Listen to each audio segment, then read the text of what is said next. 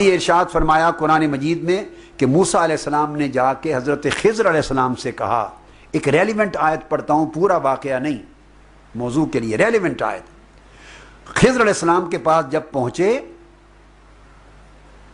تو ان کی پہچان رکھی تھی اللہ رب العزت نے، عطا پتہ اور نہیں بتایا تھا، پہچان رکھی تھی کہ اے موسیٰ اپنے شاگرد یوشع بن نون کو لے لو، مچھلی کاٹ لو، ٹکڑے کر لو، بھون لو، سالن بنا لو، راستے کے لیے سالن بنا کے مچھلی چل پڑو۔ باری تعالیٰ وہ خضر جس کے پاس علم لدنی، علم معرفت، علم حقیقت ہے، وہ ملے گا کہاں؟ اللہ رب العزت نے نہ کوئی ایریا کوڈ بتایا، نہ کوئی کونسل بتائی، نہ کوئی بورو بتائی، نہ کوئی اسٹریٹ بتائی، نہ کوئی پتہ، نہ محلہ، نہ تحصیل، نہ ضلع، نہ تھانہ، کچھ نہیں بتایا۔ پوچھا باری تعالیٰ وہ بندہ تیرا جس کے پاس علم لدنی ہے، علمناہ من لدنا علما، وہ ملے گا کہاں؟ تو اللہ رب العزت نے فرمایا کہ موسیٰ جن کو علم لدنی دیتا ہوں ان کے پتے نہیں ہوتے، ان کی علامتیں ہوتی ہیں، وہ کہیں بھی پھریں، وہ کہیں بھی پھریں ان کی علامت ہوتی ہے۔ تو باری تعالیٰ علامت کیا ہے؟ فرمایا مچھلی کو کاٹ لو، مسالہ لگا لو، بھون لو، سالن بنا لو، لے کے چل پڑو۔ راستے میں جس جگہ پر مچھلی، مردہ مچھلی زندہ ہو جائے، سمجھے میرا بندہ وہیں رہتا ہے۔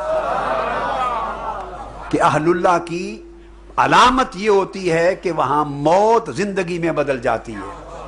تو اہل اللہ کا مطلب یہ ہے کہ یہ علامت اہل اللہ کی ہے کہ مردہ دل لے کر اس کی صحبت میں جاؤ تو مردہ دلوں میں زندگی کے آثار پیدا ہو جائیں، مردہ دلوں میں زندگی کے آثار پیدا ہو جائیں، جو نہ کتابوں کو پڑھنے سے ہوتے ہیں، نہ واعظ درسوں سے ہوتے ہیں۔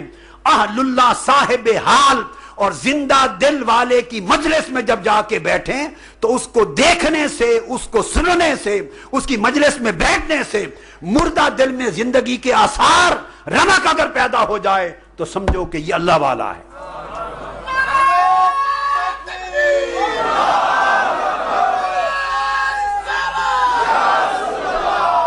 اب میں بتا دوں موت، مردہ دل کیا ہے، زندہ دل کیا ہے، آثار زندگی کے کیا ہیں۔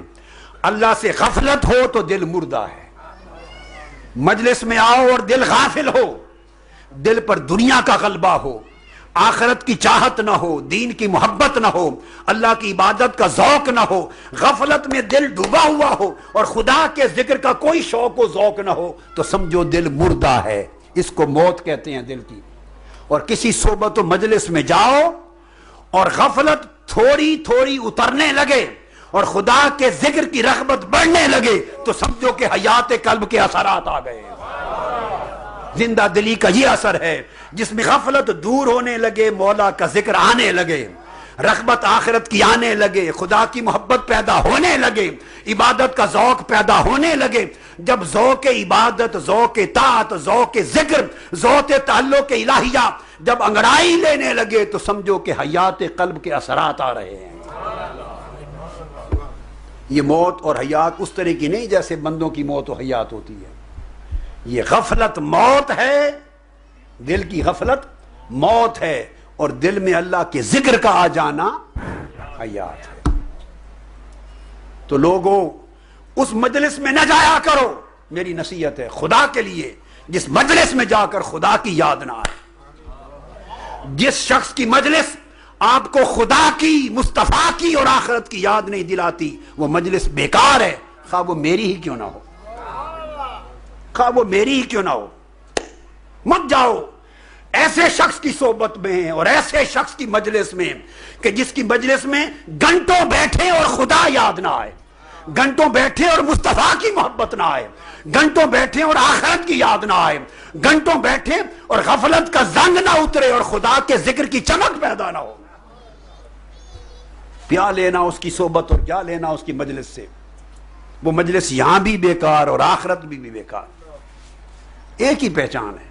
صحابہ کرام نے پوچھا یا رسول اللہ کن لوگوں کی مجلس اچھی ہے اور کن کی مجلس میں بیٹھا کریں؟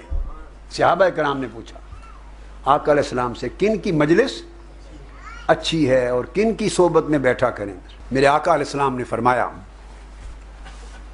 کہ خیر المجالس، بہترین مجلسیں ان لوگوں کی ہیں. وفی روایت نے قال خیارکم الذین اذا رؤوا ذکر اللہ، وہ لوگ اچھے ہیں ان کی مجلسوں میں بیٹھا کرو، ان کی صحبتوں میں بیٹھا کرو کہ ان کو دیکھو تو مولا یاد آ جائے. ان کو دیکھو تو مولا یاد آ جائے. اور دوسری حدیث میں آقا علیہ السلام نے فرمایا ان کی مجلسوں صحبتوں میں بیٹھو کہ ان کے چہروں کو دیکھو تو رب یاد آ جائے، ان کے عمل کو دیکھو تو آخرت یاد آ جائے، ان کو دیکھو تو اللہ یاد آ جائے، ان کے عمل کو دیکھو تو آخرت یاد آ جائے، اور ان کا کلام سنو، ان کا کلام سنو تو دین کی حکمت معلوم ہو جائے. آقا